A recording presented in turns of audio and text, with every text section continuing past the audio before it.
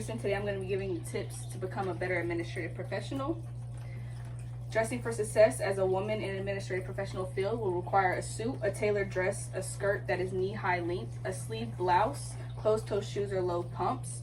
You don't want sandals, pumps, high heels, nothing spiked, nothing crazy looking. You're going to be in an office field. You're going to be in like a corporate type environment. You want to dress black and gray. It's pretty much black and white throughout the whole office. Your colors are black, navy blue, brown, beige, or gray as a woman. Men, you're required to wear a two-piece suit, a long sleeve dress shirt. Ties are mandatory, belts are mandatory. Shoes must be polished. You want to be shiny, you want to look brand new. Socks should cover your calves. When you sit down, you don't want to see any skin.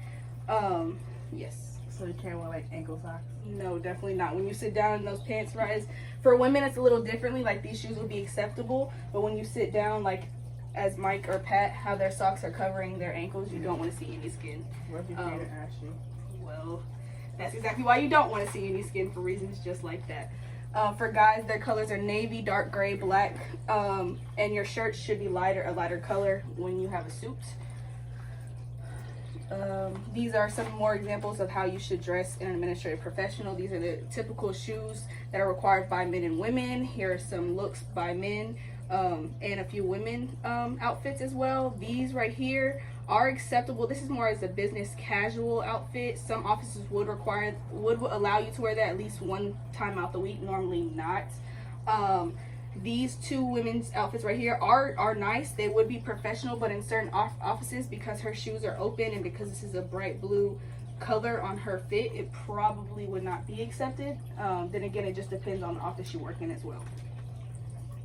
Can I go back to the girl who's sexy? Yes, this one right here. Like, can you explain how women of curves will be considered wearing something sexy opposed to someone that was more of a slimmer person? See, that all requires on the office itself. This could be considered too sexy. Her heels are a little too high for most offices. I can see her skirt is a little tight. It just depends on your office. You could try to, as a thicker woman, you could wear clothes that could hug your curves. You just have to be mindful of how it looks.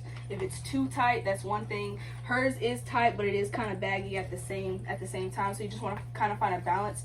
It really just depends on your manager and your office and what their dress code requires. All right, can your outfit affect your business? First impressions are usually made within this first 7 to 10 seconds within meeting somebody. Usually first impressions are built solely on how you look. A lot of times people judge you before you even open your mouth. They can see your resume, but it really when you walk into an administrative professional office, when you walk in, how you walk, how you reach for a handshake, all that matters. Appearance matters. So you want to make sure that you're dressing. You want to make sure that you're dressing to show the confidence you have within yourself. Other people are not going to see that unless you portray that yourself.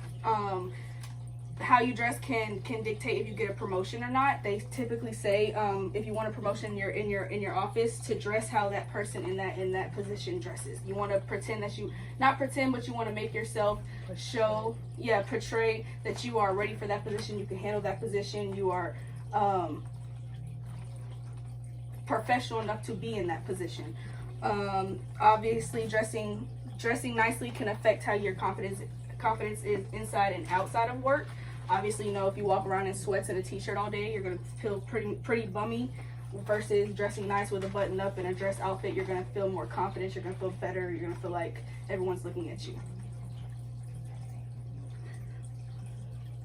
All right, so time management. Here are a little bit of ways to deal with time management as an administrative professional. Procrastination is a major issue. As an administrative professional, you have a lot of tasks that you have to deal with during the day. You have to be able to handle and organize your time wisely. Avoid time wasters, which is talking. Emails can be a huge time waster. A lot of people check their emails throughout the whole day when you should really find a certain time to answer your emails. Maybe when you first come in, during the lunchtime, and then before you leave, because as an administrative professional, like I said, you're going to have a lot of things, whether it be your boss's work, your own work, a group assignment. You're always going to constantly be working. Try not to overload yourself, meaning if you have a lot of things due in 1 week, try to balance it out and spend a little bit of time each day to get that task done. You want to make a list of what's most important to least important. Go ahead and knock out those big items, the things that are most important, get those done before the deadline. And then that way you have your other time to kind of work on those assignments that are not so interesting or a little bit more tedious. Multitasking is key, but with multitasking, you want to be able to know you can complete your work by the deadlines. If you're not good at multitasking, if you procrastinate and kind of wait till the last minute, multitasking will not be for you, because again, you will have a lot of things to do and a lot of things will fall by the wayside if you overload yourself. Keep your desk and workplace neat and clean. For instance, as an administrative professional, you're going to have a lot of documents and files. You don't want to have to shuffle through all of your documents and files. You want to be able to get to what you need when you need it, because you're moving on a time stamp here. All right, let's see. Okay, one way you can help with time management is to conduct an audit of what you do. Like if you work for a day, for about 3 days, time yourself to see how long it takes you to do each assignment. Based on how long it takes you, you know where you need to kind of put more energy into. Usually your assignment should take 30 minutes or less. If you see that it's taking you longer, you might want to postpone that and give yourself a little bit more time before you leave. If that means you have to stay a little bit later at work just to get your assignment done, that way you don't have to keep worrying about it the next day and the next day. Dealing with stress as an administrative professional, it's mostly the same as dealing with stress in everyday life. You want to use visualization.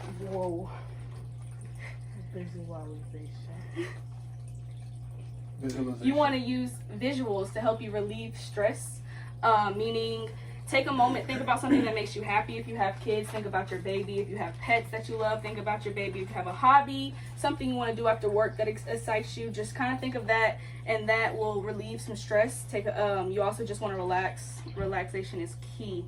You want to calm down. You want to breathe. You want to count to 10. Just step away if you have to. Use positive self-talk. Don't be negative toward yourself. If you mess up, you stumble, just kind of tell yourself to try harder next time. You'll get it next time. Never be negative, because that'll only make the situation worse. Talking to friends and family can help a lot, because sometimes you just kind of need an outsider giving you their opinion on a situation. And solve the problem. Figure out the problem, find alternatives, and implement them, and then evaluate the outcome. If that answer worked for that particular situation, try that again in another situation. All right, so public speaking tips. There's an acronym, it's PREPARE, which means package. When you're preparing a package, a presentation, a talk, consider the bigger picture and how each section of your essay, your presentation flows together within each content of your topic.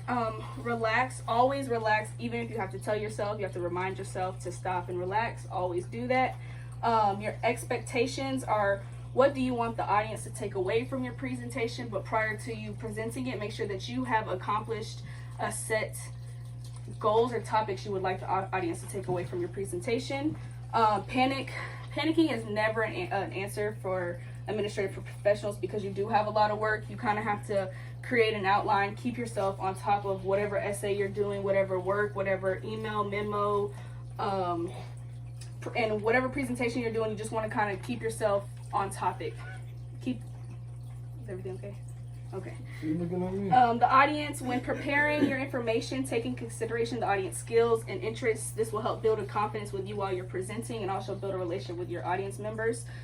Race, it's not a race. Slow down. Remember, you are trying to relay information to your audience for them to comprehend afterwards. You don't want to kind of rush through it, because you kind of want your audience to remember what you're talking about when you're done. Enthusiasm, be excited about your presentation. The audience will then show the same excitement, and this will help you relax a little more. All right, being a successful leader as an administration professional requires you to plan well, develop strategies. Oh shit! Yeah, you weren't supposed to cuss. Pause it. Why'd you make it loud? I said it low. I'm gonna just add. All right, becoming and being a successful leader as an administrative professional requires you to plan well, develop strategies, take ownership, communicate effectively, and set a good example. You want to also invest in people. You want to build relationship, motivate, and manage conflicts. You want to delegate tasks and ask questions. All right, so planning is the process of thinking about the activities required to accomplish a goal. About that, you want to take ownership. Taking ownership is another way to say taking responsibility, success or failure. You always want to own up to your success. You also want to own up to your failures as well, because looking over your failures is only going to cause problems in the end. You got to make sure you take responsibility for it. Most of the time in an administrative professional field, your bosses will have your back if you're owning up to your mistakes. Facts. Communicate your expectations to everyone clearly. As a leader in administration professional field, you want to make sure that your employees, your coworkers, your department know what is asked of them. You want to make sure they understand. You want to communicate your goals and establish deadlines in the beginning, not wait till halfway through the week and now all of a sudden you got to tell your department what needs to be done, which should have been told on Monday if something is due or ready to be done by Friday. Don't just have communication through emails. A lot of time face-to-face communication works better.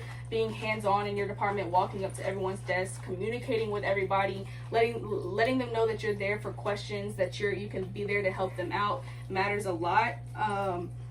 Setting a good example is you do what you want others to do. If you want them to have a good work ethic, you don't want them to complain, you shouldn't complain. If your department sees you complaining, that's just going to cause your employees to complain. It's just going to cause negativity within the workplace. Work towards the common goal of the group. You always want your department to work towards what the office has put forth for you guys. Hold yourself accountable and avoid double standards. Don't show favoritism. If you're a leader, your biggest issue will be showing favoritism to certain people. You want to keep everyone on the same level playing field. Treat everyone the same, regardless if their some work ethics are better than others. Treat everybody the same. Young people tend to have problems. I can use myself as an example for working at Domino's. Young people tend to have problems trying to be a leader in a field because of their age and lack of experience. A lot of times, as young leaders or managers, we're typically leading groups that are older than us. So that respect level is kind of different, and we handle situations a lot less professional than adults because of our lack of experience. So just because of age, though, that doesn't necessarily mean somebody cannot lead a group. For instance, what you lack in age, you can make up for in character. A lot of people, when they're younger, even though they are younger than their counterparts, having character and being able to handle situations professionally, it just looks good for you as a young leader. And as a regular leader, in any field, any job, any professionalism. All right, so when you invest in people, you want to include everyone in the decision-making process. As a team, you want to build relationships within just your department, your managers, your higher ups. You want to have those relationships at all times, just in case something goes wrong. You want to be able to go to that person and get the help that you need. You want to show your value in your employees. A lot of times, if you're an employee and you don't feel like you're valued, you don't feel like you're appreciated by your managers or your company, your work ethic is going to show that. You want to always show everybody the same respect. You want to treat everybody like they matter, like their opinion matters. That will show a lot in their work. They're going to be excited to come to work. They're going to work their best. They're not going to have to do a job. They're going to feel like what they're doing is important. That's going to push them to strive to be their best and grow within the company. And that's really all you want to do as an administrative professional. You want to get your work done, build as a team, and progress within your career.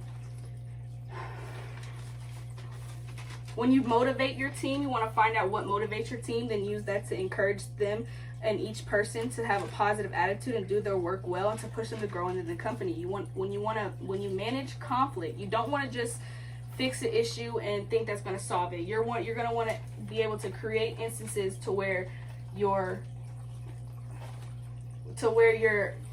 preventing the problem or situation before it even occurs. When you delegate tasks, you're able to be more accomplished. You're able to get more accomplished. Help give responsibilities. You're helping pretty much be a motivator. You're being somebody can look up to. Don't just pass out work and turn your back. Make sure you have given clear instructions and communicate your expectations clearly. and anticipate questions. When you give out a job to somebody, whether you think they can handle a lot or not, be prepared for questions. People are going to ask you questions. It just goes with it. If you want the help that you need, you got to be willing to make yourself there to help your employees. You need the extra time to get more work done, because as administrative professional, like I said, you're going to have a lot of work done. Now, a leader is going to be 10 times more of the work you would if you were just a regular professional. Yes. Can you send this presentation to Sherry Gaines, please? Gladly. Gladly. All right, so these are just some behaviors of an effective leader. You're promoting a spirit of cooperation. You want to praise your employees and work with groups for their contributions and celebrate those successes. Believe that basic human needs of employees are important. You want to make your employees, no matter how low the position or how high, you want to make them feel like they are important. That's like the key to all of this. And then recognize the skills and potential of their employees and look for opportunities to help them grow. All right, that is it.